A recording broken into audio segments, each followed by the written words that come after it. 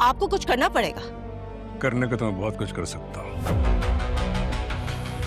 लेकिन अपने बेटे की जिद पर खामोश हूँ। आप लोग भी जरा गुजरी हुई बातों को भूलकर शिफा के साथ अपना रवैया ठीक कर लेना। इसमें किसी और के लिए कोई गुंजाइश नहीं है।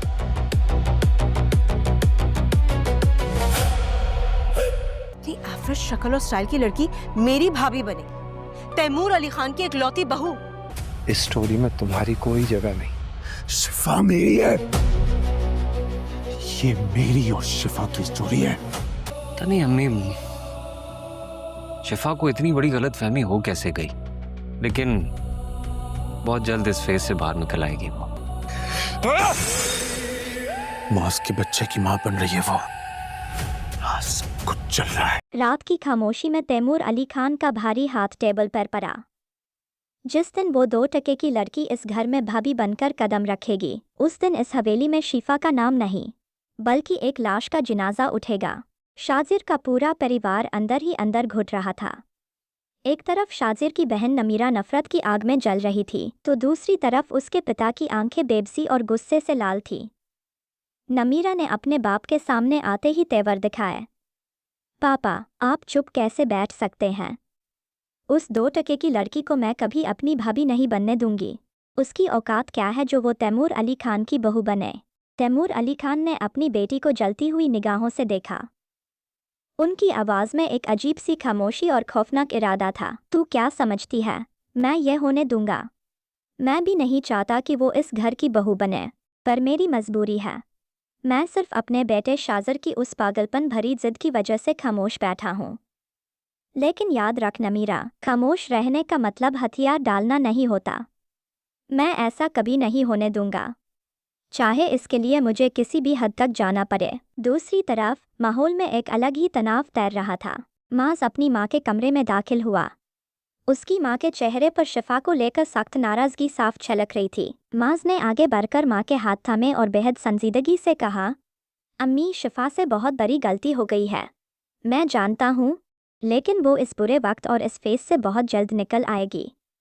मैं आपसे सिर्फ इतना मांगने आया हूँ कि प्लीज़ आप शिफा के साथ अपना रवैया थोड़ा ठीक रखिए। उसे एक बहुत बड़ी गलतफहमी हो गई थी, जिसकी सज़ा वो भुगत रही है। वो टूट चुकी है अम्मी।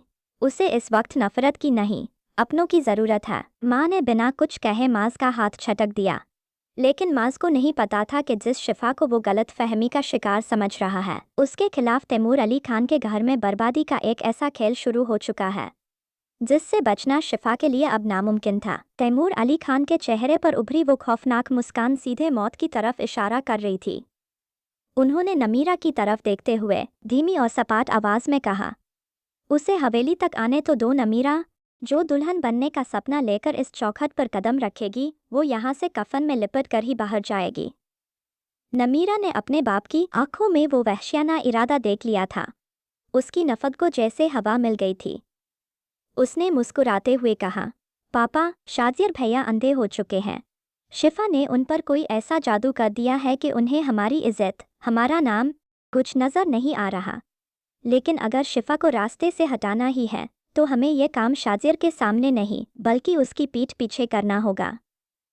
तैमूर अली खान ने अपनी मूंछों पर हाथ फेरा और कड़क आवाज़ में बोले, शाजिर को लगता है कि उसकी जिद के आगे उसका बाप झुक गया है। उसे ये मुगालता रहने दे। शादी की तैयारियां चलने दे नमीरा, ताकि शिफा को लगे कि वो जीत गई है।